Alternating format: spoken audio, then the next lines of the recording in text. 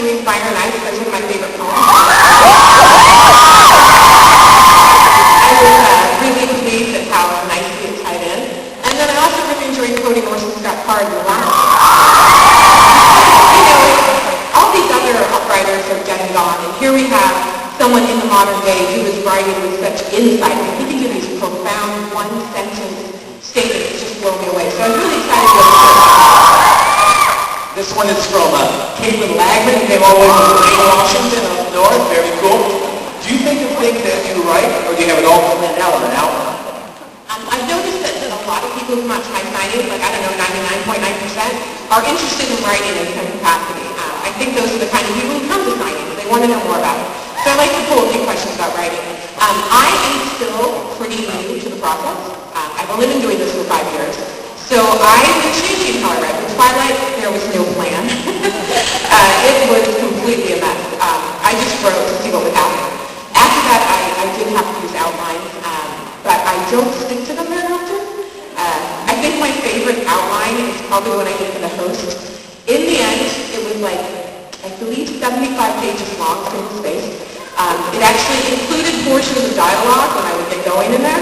So, and then I was changing it as I went. So things that were in the outline got melded away, something else, which happens a lot. When you have strong characters, they tend to not follow the rules or the outline.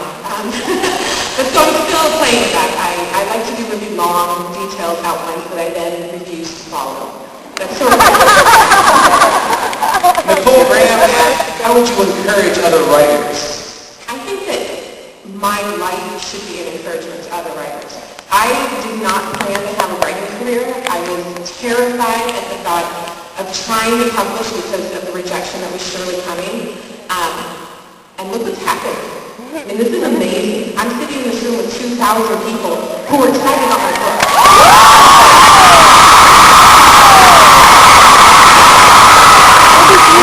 And they get to hang out with a rock star backstage. So if that doesn't encourage you, I don't know what will. When is Midnight Sun going to be published? Okay, I picked this one because I want you all to know that this may not happen right away. I have for the past 3 years been under deadline. It's been rough. So I'm planning on sort of taking my time and writing when the spirit strikes. Now, it could mean that that won't take very long at all. I wrote Twilight very quickly, but I don't want to make any promises.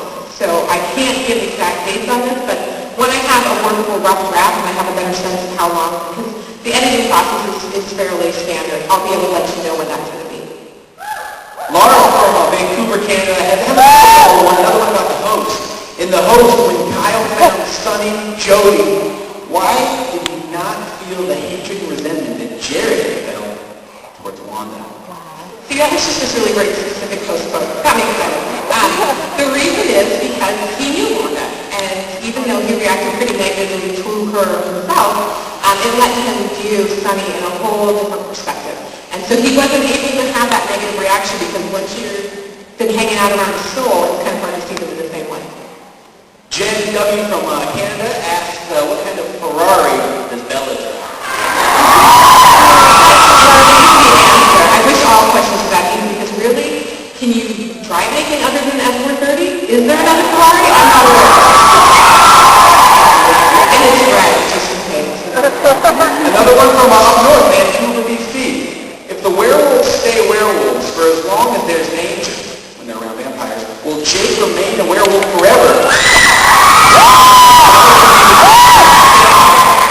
That's exactly the way it works. It's the vampires being around that triggers the change, but after that, as long as they phase into a werewolf fairly frequently, I don't know, a couple times a month, then they go age. They have to stop phasing completely for the age to come up again. So Jacob's pretty much good to go. I'm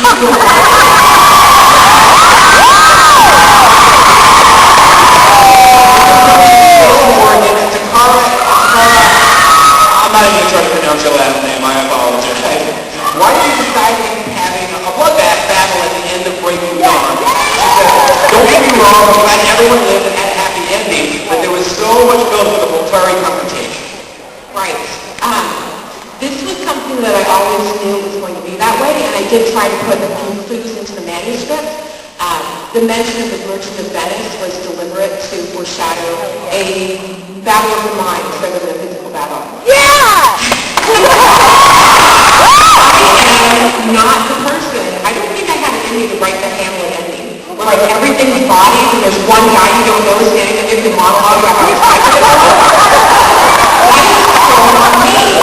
And I knew that if the fight really got started, that there were not going to be very many people left standing on either side. And that, I wanted to win. I wanted a clear-cut win. And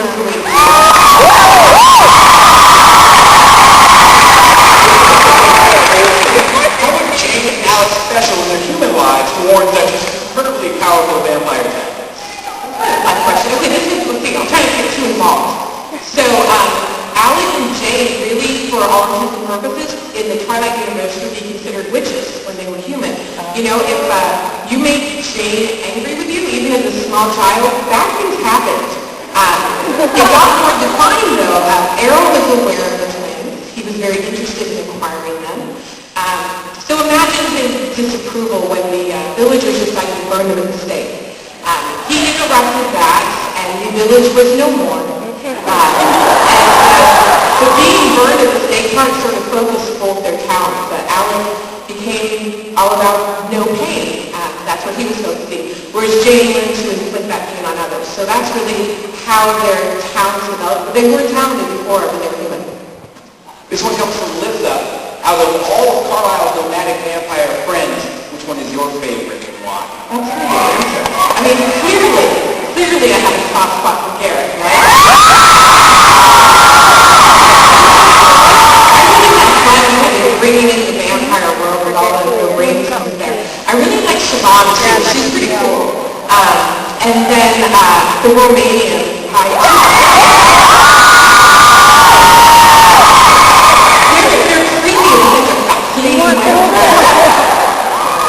Two more questions. This one's from Jessica. Were you sad when you made Bella a vampire? And do you miss or did you miss her human role? One of the interesting things about the experience of writing Bella as a vampire was that she really did lose some of her relatability for me, because at every point up until that point in the story, I could say, I could step into the story right here and I could do everything she can do, which made it really this experience where you felt like you could be part of the book, because you knew, I could do that. You know, I could do what Bella does. I could trip. So I could relate to her. She wasn't like this super exotic person with magic power. She was just Bella. And I like that. I knew she was going to be a vampire. All along I've known that, by the way. All these people, you're going to make her a vampire, and I couldn't just say, yeah, but so I knew she was going to be a vampire, and I wanted to experience that and really get the sense of what that felt like. But at the same time, as I'm writing it, I couldn't step into the story anymore, because I couldn't do that. And that made it a little bit harder. So I was kind of sad to see her lose that relatability, because she was a new and exciting Bella, but she wasn't the Bella I could be. And it was a little bit sad for me, but I wanted her to have that ending. It was important to me. So I was happy for her, but we just weren't as close as we had been before.